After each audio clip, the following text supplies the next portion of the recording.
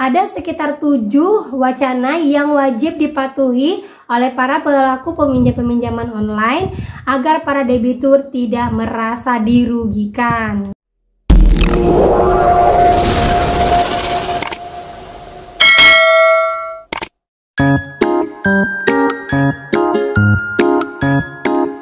Halo, assalamualaikum teman-teman semuanya. Apa kabar semuanya?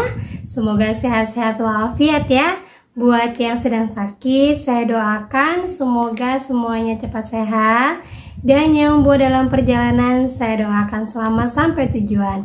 Ketemu lagi di channel saya, channel Desi Sutriani, yang akan membahas hal-hal yang penting buat teman-teman semuanya.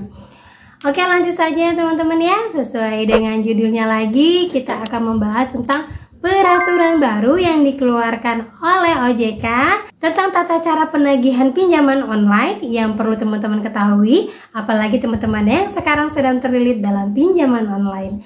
Oke, kita langsung saja ya. Nah, jadi informasi terbarunya itu yang mungkin teman-teman belum ketahui tentang tata cara penagihan pinjaman online, yaitu OJK menyetujui semuanya tata cara penagihan pinjaman online yang teman-teman setujui di awal peminjaman. Apa saja tata cara peminjamannya itu? Yuk kita bahas semuanya ya. Jadi ini sudah saya rangkum beberapa yang sudah saya kumpulkan dan teman-teman wajib simak ya agar teman-teman paham dan teman-teman tahu jika ditagih oleh debt collector. Yang pertama, itu tidak boleh menggunakan ancaman, kekerasan atau mempermalukan.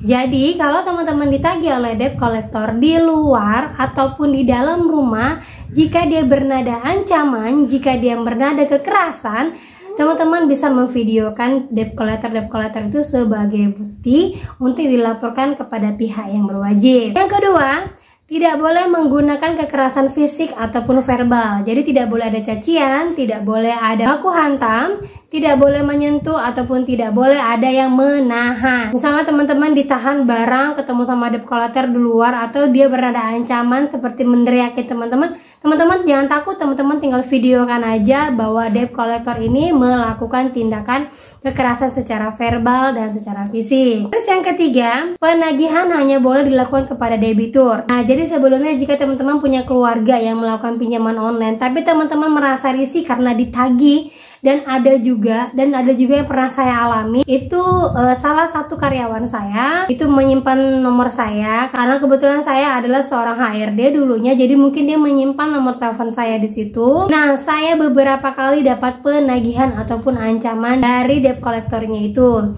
Nah, hal-hal seperti ini bisa kita laporkan kepada pihak berwajib, baik nomor teleponnya ataupun bentuk ancamannya.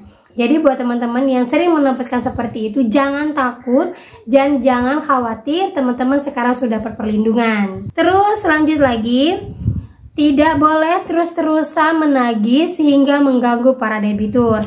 Jadi kadang-kadang ada yang menagih tengah malam, ada yang menagih sampai sepertiga pagi, jam-jam 3 pagi, ada yang menagih subuh-subuh, atau ada yang menagih di waktu kena. Itu sekarang tidak boleh lagi. Ada waktu-waktunya.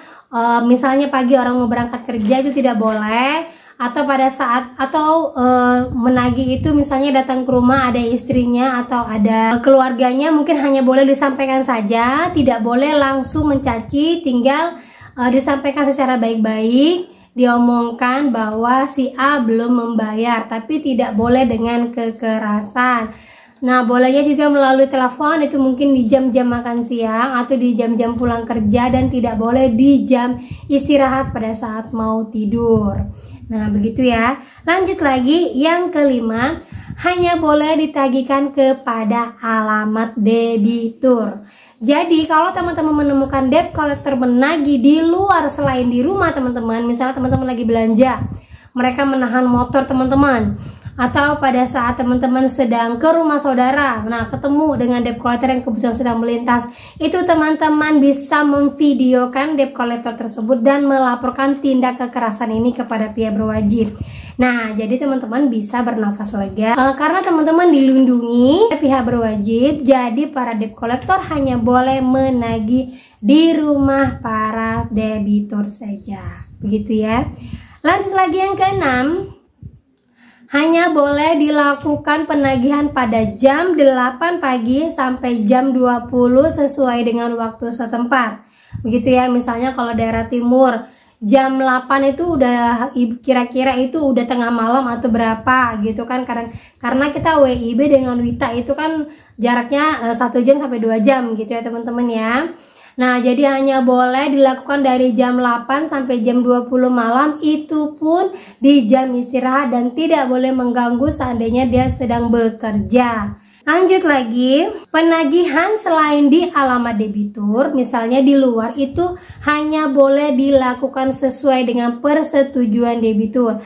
Nah, jadi misalnya debt collector itu mau menagih di luar dari alamat teman-teman, itu hanya sesuai dengan persetujuan teman-teman saja. Jadi misalnya mau ketemuan di luar atau di mall atau di kafe atau di mana, mau membayar atau mau melakukan negosiasi pembayaran, itu hanya dilakukan sesuai dengan persetujuan teman-teman. Jadi tidak boleh melakukan penagihan selain di rumah teman-teman. Ada sekitar 7 wacana yang wajib dipatuhi oleh para pelaku peminjaman online agar para debitur tidak merasa dirugikan. Dan selanjutnya lagi, apabila teman-teman tidak bisa membayarkannya atau galpai, gagal bayar, jadi teman-teman mendapatkan one prestasi surat penagihan yang dialamatkan ke rumah teman-teman. Tapi hal ini harus tertuang dalam perjanjian. Jadi sebelum menyetujui segala peminjaman online atau peminjaman apapun, teman-teman harus menemukan kata-kata apabila terlambat melakukan pembayaran,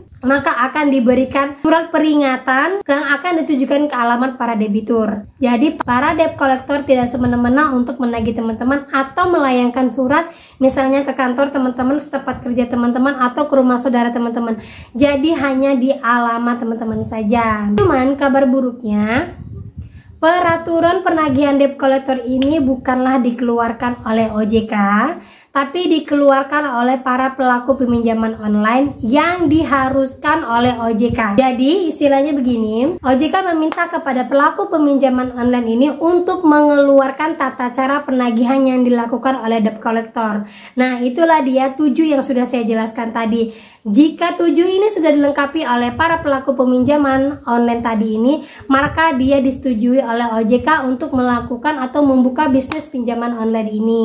Jika tidak, maka OJK tidak menganggap pinjaman online tersebut adalah ilegal. Dan juga di dalam surat perjanjiannya itu dituliskan bahwa apabila debitur mengalami one prestasi atau tidak bisa membayarnya dalam skor-skor yang sudah pernah saya jelaskan sebelumnya, para pelaku pinjaman online ini, one prestasi pertama adalah dengan cara memberikan surat peringatan ke alamat debitur. One prestasi kedua barulah debt collector yang mendatangi rumah teman sesuai dengan 7 pemberlakuan yang sudah saya jelaskan sebelumnya.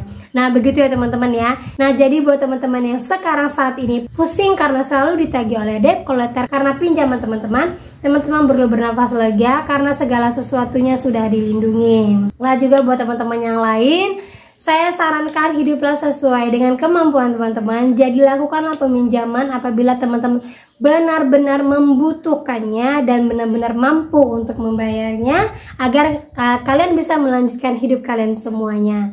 Tetap sehat dan tetap semangat, bekerjalah agar kalian bisa membayar semua kehidupan kalian. Terima kasih, itu saja. Semoga informasi ini bermanfaat buat teman-teman semuanya. Saya ucapkan Assalamualaikum warahmatullahi wabarakatuh.